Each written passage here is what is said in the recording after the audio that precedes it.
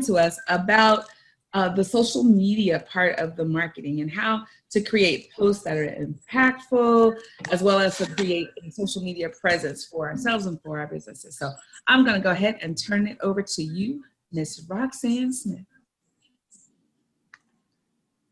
All right. Hey everyone, my name is Roxanne Smith, and sorry about that, video's not on. And I do social media training and plethora of other things, but tonight we're just really going to talk about social media, our engagement, and how to get the most from your social media posts. I'm going to go ahead and share my screen so that you guys can see these slides for tonight, because we're going to go over a lot of information. This is not everything. It's the tip of the iceberg. There's so much more, but we're basically going to focus on tonight how to get traction on your posts, and we are mainly going to focus on Instagram and Facebook. So we'll get. All right, so basically we're going to get started with this, and it's just gaining traction on your social media posts. So the main things we're going to go over again, like I said, is Instagram and Facebook, because those are the two heavy hitters. And so the first one is going to be, why is social media important to your brand? I know a lot of people are kind of allergic to it, but social media is a powerful tool. It's an essential piece of your business as far as marketing goes. And with everyone being a part of UCE and coaching, there's a marketing piece that we do on our own, as well as being able to be a part of the group. And so one of the main things is, whether you have a business or a coach or just even a ministry, it's really important to get your brand, your business, your company out there. So being able to post on the different platforms, it gives you the ability to connect with your customers, even be able to identify who those customers are, and increase awareness about your brand, and boost the sales, the leads, and eventually the sales. So with that, the biggest purpose of it is to build community, is what I like to tell people, because saying all of these things, that there's more than 3 billion people around the world using it, is amazing. But in all actuality, you're using it to build community. And community is key in order to, whether you're selling something or just trying to get buy-in from people to get on board with what it is that you're doing. And the way it is now is that people want to see behind the scenes. They want to see the face of the brand. They want to see, or the product. They want to know who you are and get to know you. And once they realize who you are and trust you, then that's when you can start to generate and move it into sales. So the biggest thing that everybody wants to know is, how many times should you post a day? And the average Facebook and Instagram user, they post 1 to 3 times a day. And I always tell people, post in the morning to let people know that you're open for business. So just like you wake up in the morning and you know that Starbucks opens at 6 o'clock in the morning, it's because they let you know that they're open at 6 o'clock in the morning. Where those of us might open up at 9. But I specifically say in the mornings to post anywhere from 6:30 a.m. to no later than 8:30 a.m. The reason for that is a lot of people are on the move, they're on the go, they're starting their day. So if you post after that time, as far as morning window, they're not going to see it because they're going about their day. So you get lost in the shuffle of the Facebook algorithm or even Instagram. The next thing is midday engagement. So you can post anything like what you're having for lunch. Maybe you're at a business meeting and you just met up with some amazing people, though we might not actually be meeting with people right now. But even if you had a Zoom or a phone call and it was amazing, you want to share that with people because you want them to know that you are working. You want them to know that you do have clients. You want them to not feel like you're a rookie, even if you are a rookie. So you want to have them buy into what you have. The last thing that I like to tell people is to close your business with some kind of post. Just whatever it may be, whatever's on your heart, maybe the craziest thing that happened to you that day, or you want to share something funny, silly, whatever. Biggest thing is post 3 times a day. If you're posting after 9 p.m., like, it might not go that far. Then again, it might, depending on who your audience is.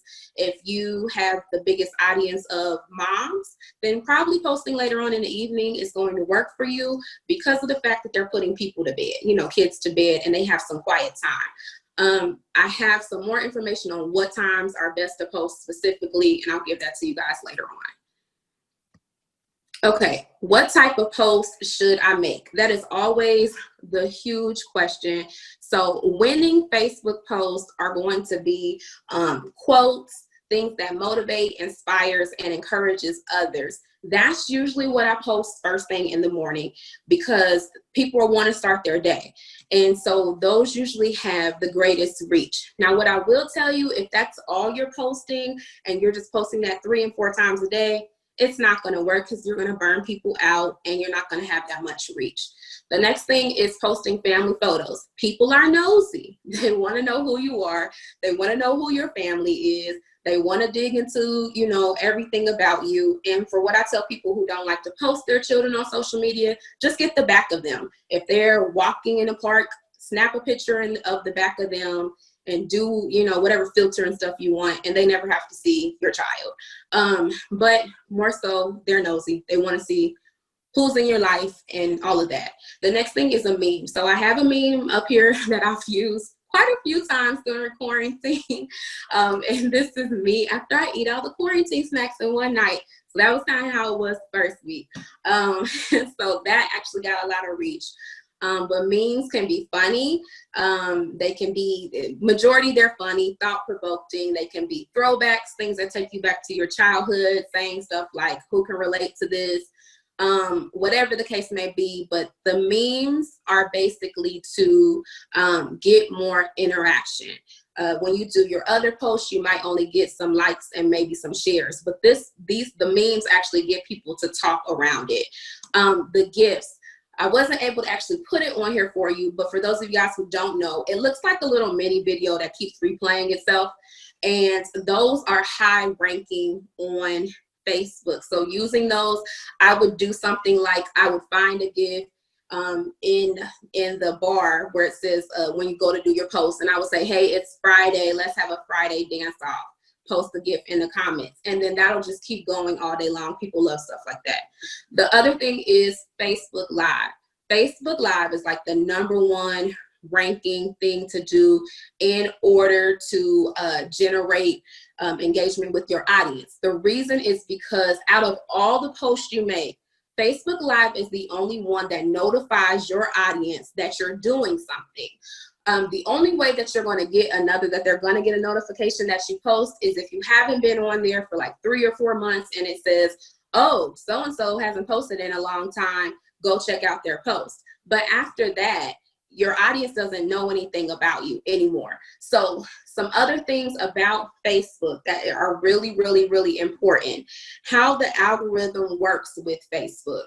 So it's all about you being social.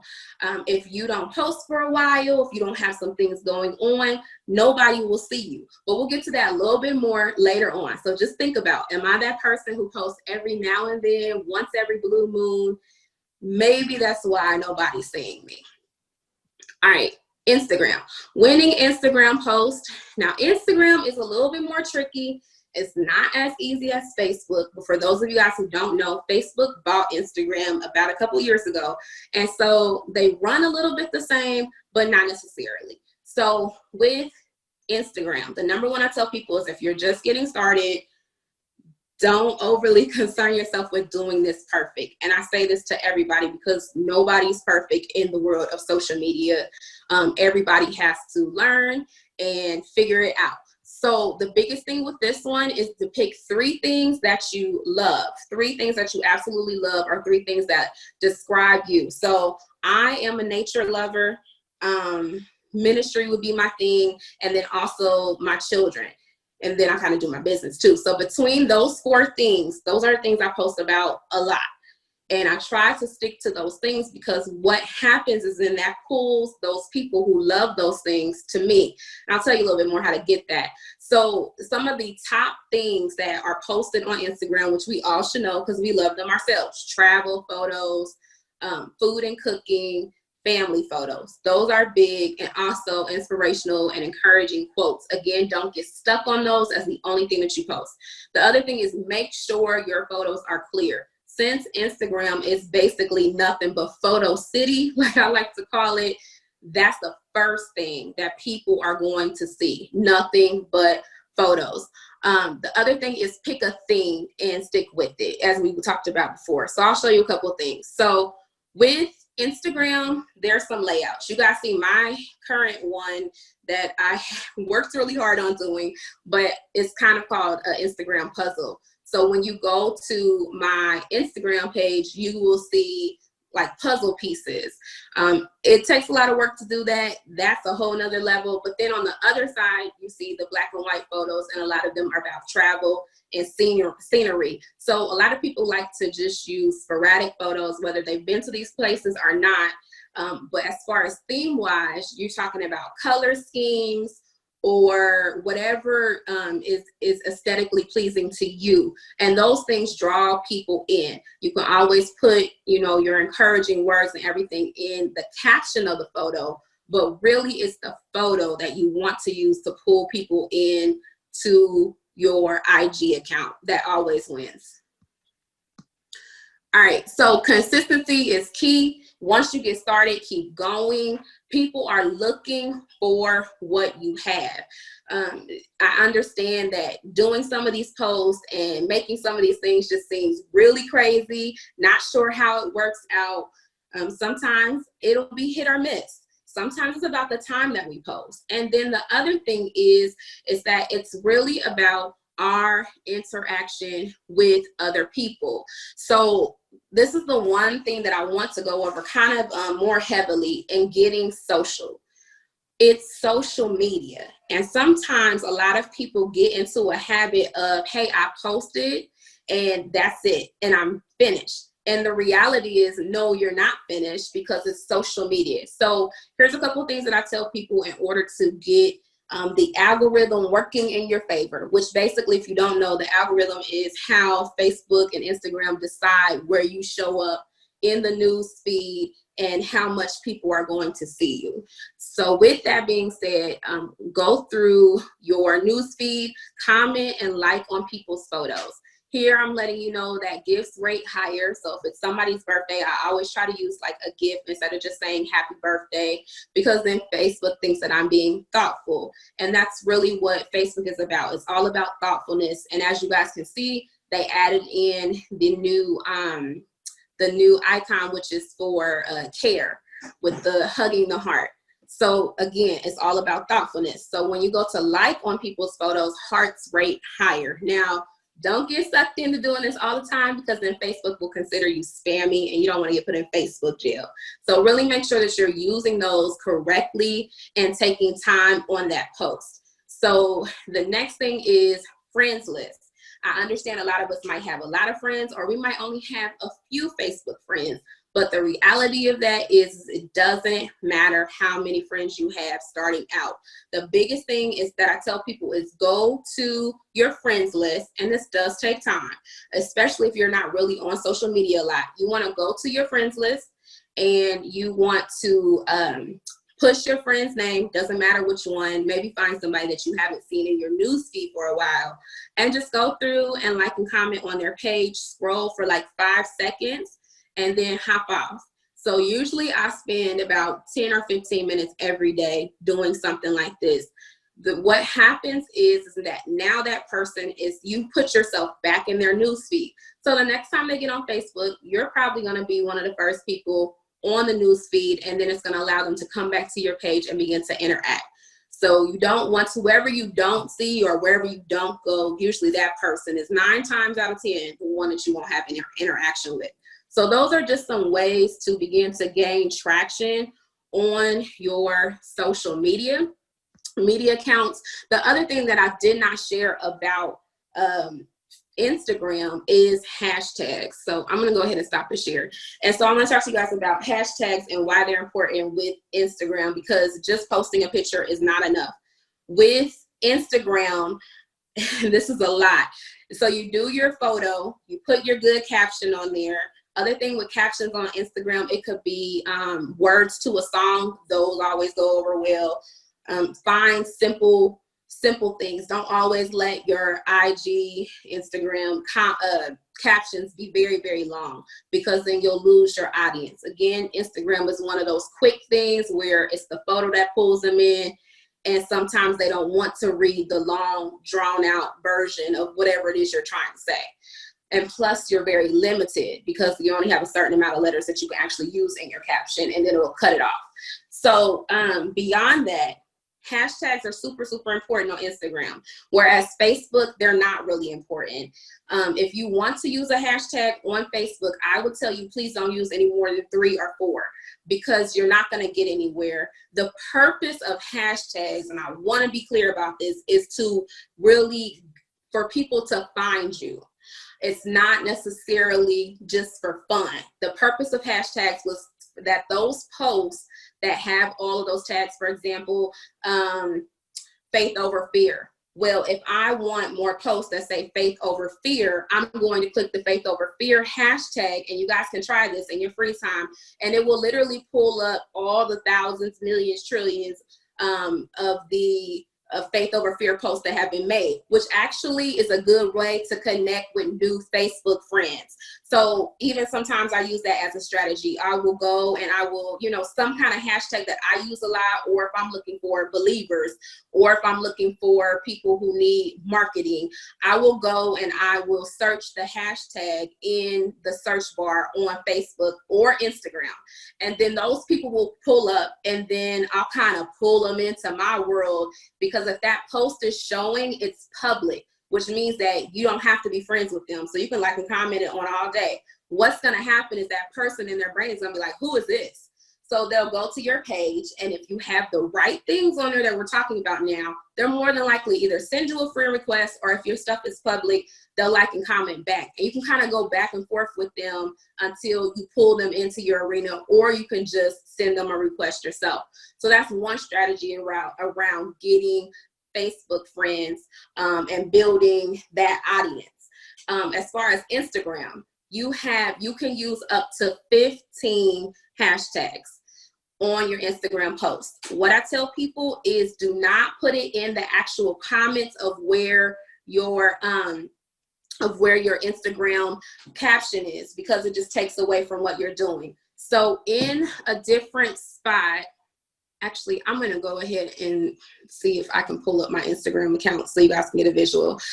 But in the Instagram section, you can actually, in the comments, add your, well, it'll be backwards, sorry. You can add in the comments your hashtag. So what you'll do is you'll add hashtag, and then say you're doing coach. Coach is going to be a highly rated hashtag because a lot of people are coaching. You might get different types of coaching. So you're going to use the coach hashtag. And then if there's other hashtags that say inspirational coach or coach motivates, and if they're in like, the numbers are super high, like 40K or 40 million, those are the ones you want to use. Some of us use hashtags, or some people use hashtags in a way where they just want to just make up their own hashtag. The problem with that is that people are not finding you. And on Instagram, that is the #1 way people are going to find you. So first thing in the morning, make that inspirational post on Instagram. Make sure that it's clear and that you can see it. And then the first comment that you make, the first comment in there should be all of your hashtags. And so I would do hashtag morning motivation, hashtag Goalcast, because you guys know that those, if you find other brands that are doing what you're doing and they have more followers, you want to use those hashtags as well, because then that kind of pulls their followers over there to you. That's just a little nugget. So whatever you're doing, even if you're following other people that do what you do, look and take a second and see what their hashtags are. See if they are high ranking or low ranking, and then you can work that way. So those are kind of the best practices with Instagram, with Facebook, just getting started. It's a lot of other things, but this is the main thing that's going to help you be successful and get the greatest return on your post. So I'm going to open it up now for any questions. Does anybody have any questions or comments, things that they want to ask? First, just let me say this was amazing information. I already do have what I thought was a strong social media presence, but what you gave is going to help me turn it up even more. So thank you for that. And some of the stuff I've heard before, but it's good to have reminders, especially the stuff about, people want a look into your personal life to a certain degree or extent, and the importance of letting them know how human you are and, what your family and structure is like as well. So just thank you for all of that. You're welcome. I'm glad you got some good information out of it. Anyone else?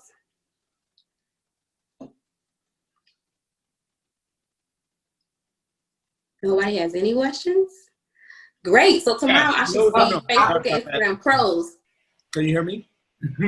Yes, go ahead. All right. So if you're not as extroverted where you like sharing personal stuff, how can you still make it work without being as personal if you're more of a private person? So that's kind of a downside, and I will be perfectly honest with you. A part of social media, again, is being social. There are ways around it a little bit, but I will tell you, you are going to have to open up, especially, with the brand and the business that you carry. People are going to have to see it. So whether, here, I'll put it like this.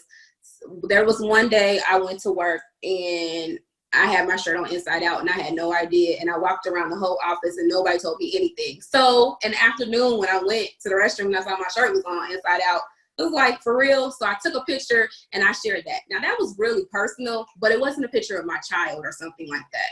So it's kind of a way to get people in, but the reality is, truth of the matter is, people want to know what you ate. People want to know what kind of socks are you wearing today? What's your favorite shoe? Where do you purchase your pants, your favorite pair of slacks from? So there's some ways around it, but I really would say that you can't get away from it completely, because that's the whole purpose, especially when you are your brand.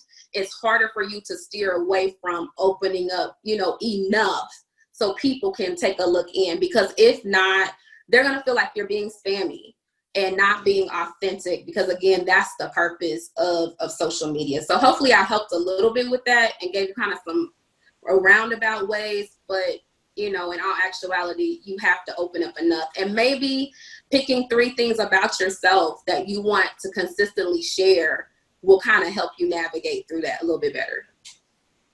And also, when it comes down to it, how do you have to post every day, or is that something that? Okay. Yeah. So the thing about the posting every day, it is so important, and 1 to 3 times a day is perfect. And I didn't really get into the other things about how it's not that great, but 1 to 3 times a day is very ideal, especially if you're trying to ramp up volume, which I believe a lot of us are trying to do regardless of where we are at this present time. But at least posting once a day on each platform. Now, am I amazing at my IG posting every single day? Like, no, there's days that I forget. But at the same time, when I go back in there, I know I have to spend more time engaging with that audience all over again, because whatever work I did yesterday is gone. Because it doesn't lock you in the system and say, okay, you spent 30 minutes here yesterday or an hour here yesterday, so you don't have to do any work tomorrow. It's amazing and wonderful. No, because it is a social environment, every day keeping something in there is really, really what you want to shoot for. Did that help? Yeah. I wanted to ask a question. Which one of the social media streams should we elect? Is there some kind of measure or some type of rule for if we have a particular brand? What brands work best with which channel? And if we had to pick one, which should be the one that we should select when we can't do all of them? Okay, so to be honest, Instagram is outweighing Facebook right now. as far as constant activity. Now, depending on your audience, this is where it goes back to knowing your audience. Who is your audience? Who do you want to engage with? What age are they? What's their background? What are they into? Those things are going to really be drivers. So for example, I'm 35. A lot of my audience is on Instagram. So I need to make sure that I do Instagram, which is one reason why I'm like, hey, I need to go over there more.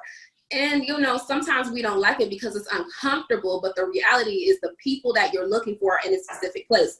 So I can't really tell you fully, but what I can say is that younger up to maybe about 35, 38, they're on IG, Instagram all the time. The other age ranges under about, you know, like 40 and under, they're mainly focused on Facebook because a lot of them are just even being introduced to social media. So if that's your age group that you're trying to stick with and you're not trying to cross other borders and barriers and demographics, then I would say just stay on Facebook. But the reality is as well is that those people that are 40 and under, they don't know Facebook very well either. So you're going to really have to work even harder to maintain their attention.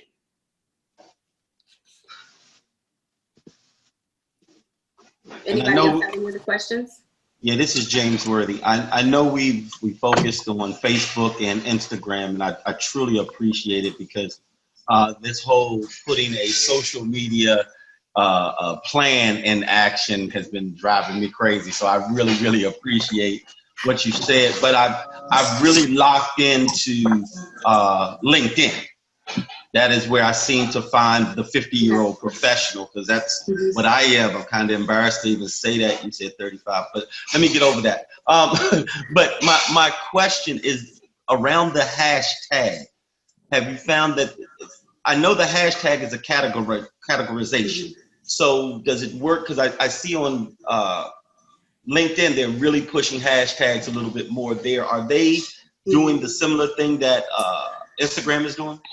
Yes, they are, because now it's going beyond just Instagram and Facebook. Actually, hashtags are being used across the board with all social media platforms, including Snapchat, including TikTok, and all of these other places. So with that being said, yes, because what you can do is even you can type the hashtag in Google, and the top rating person that has the most likes and comments, they'll come up. So I do agree with that, carrying that across the other boards. What I try to recommend people is develop your personal hashtag for your brand, so that way when people begin to identify you, they can find it and then they can see everything that you've done, but don't just let that be your only one. So I would do 1 or 2 personal, but everything else more. So when it comes to LinkedIn, because of the fact that it's a more professional thing, I would only do 1 personal hashtag and then make sure that the other hashtag that I'm posting is exactly what has to, you know, follow the flow of whatever I'm posting.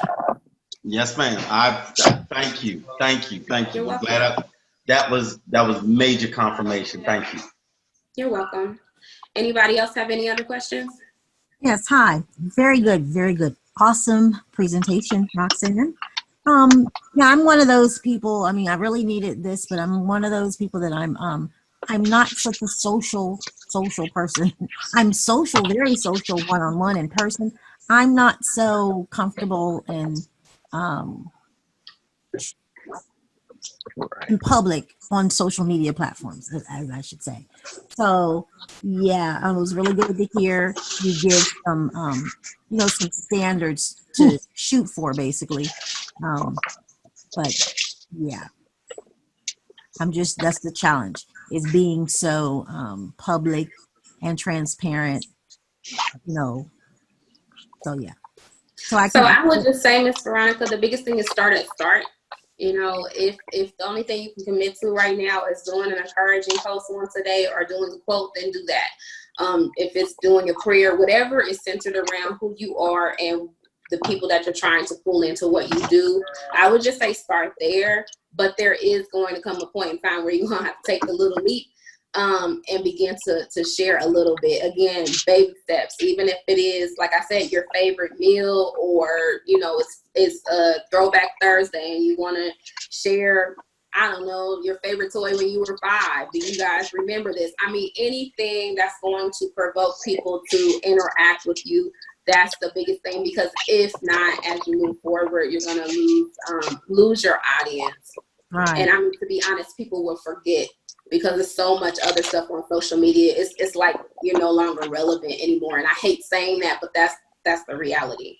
Yeah. Well, yeah, it's the thing even you were saying. I mean, like, really? They're going to want to know where I bought my pants. They're really going to want to know what I ate for lunch. You know, they're really going to want to know that I made this dish for dinner. You know, that's just, yeah. Okay. Yeah. You know, and then you can even ask for recommendations. If you don't want to share your personal stuff, you know, hey, what should we cook for dinner tonight? I'm running out of ideas. We've been quarantined so long. And let people, you know, throw stuff out there. You don't have to take it, but at least they're running on your posts and it's keeping your stuff in the news feed. So it's a lot of ways, like I said, around necessarily sharing your personal, most in-depth moments and stuff that you don't want to. But at the same time, when you are in a public arena like this, people, they want to know, because again, like I said, it's the trust factor. It's who is this person I'm connecting with? What are they like? Do I want to pay my money to them in their business? You know, or can I go to this person over here who is doing the same exact thing that I can relate to and go over there? And that's really the thing about social media. It's a lot of competition out there, but yet it's still, there's a lot of promise out there as well. So you don't have to totally sell yourself out, but at the same time, you know, you put some out there to get something back. Wow. Can I ask a question? Sure. I was wondering if we can, I had thought that I could give my expert knowledge in exchange of my personal knowledge of me. And so I come from a generation where privacy, no discretion is a premium. So it seems like a lot to give up as far as my private side in exchange for having an impact. And it feels like I'm like being forced to do that. But I do notice that people, like Facebook makes up. When I put pictures of my father and my mother in their 90s, people really react to that kind of thing. So could you give us like some safe things that we can share that's not so private? So you were saying, fine, do I have more ideas on safe things to post? Is that what you were saying, Dr. Hope? Yeah, what are some safe things? Because you can tell some of us from a certain generation, we don't feel comfortable sharing about our private, you know, life, especially if the work that we do is so public. I feel like an invasion. And but I notice people investigate me because my work is public, and they talk to me about things that there's no way they could have possibly known unless they found a way to get into my private circle on Facebook. So what are some safe things that we— So I was just, again, it goes back to the previous things that I've said. You know, there are other things that you can do as far as the encouraging posts, the prayers, whatever it is that you have going on. The biggest thing that I want everybody to gather from this is that, and I know, again, it's a thin line. I do agree. It's a thin line on what to share and what not to share. What are you going to give in order to get? And again, it's all about a preference. At the same time, again, people, like you said, people are looking. So again, when you're saying you're posting pictures, you know, of your family that are, you know, in their 90s and things like that, yes, people gravitate towards those things. I don't really have a big plethora of more ideas that are actually going to cause you to win on what to do, because really it's just the environment of social media, regardless of what your age is. I've seen it with everybody. And again, it's the simple things of, I know you don't want to share like a lot of details about you, but if you want to share maybe your favorite scripture, but again, there's some things moving deeper into the realm of continuing posting, you're going to run out of stuff. And let me just put it like that. And so you have to have a variety of things that's going to keep people's attention. So again, if you just want to do the one post every day, then by all means go with that. If you want to find old family facts and photos and just do that, totally fine with that. If you only want to post maybe when you're celebrating something special with your family and you feel comfortable, it's really about what you feel comfortable doing. But the reality is those things that I've stated are the things that actually win. it's facts. It's nothing about right or wrong. It's just that's how it works, and that's what wins. So whichever direction you choose to go in, I would just say continue to be consistent. You can build your brand without doing those things, but just understand you're going to have to be consistent with whatever you choose to do. I believe that this is the end, so I will hand it back to Dr. Katrina Ferguson. Or Mel, either one. Actually, yeah, thank you. Thank you so much. And again, a valuable load of information that we just received here. The biggest room in the world is a room for improvement for those of us that are already on social media, and we thought we were doing a good job. We always want to sharpen the axe and get better. So thank you so much for that information, and we appreciate it, and we'll have more training coming very, very soon.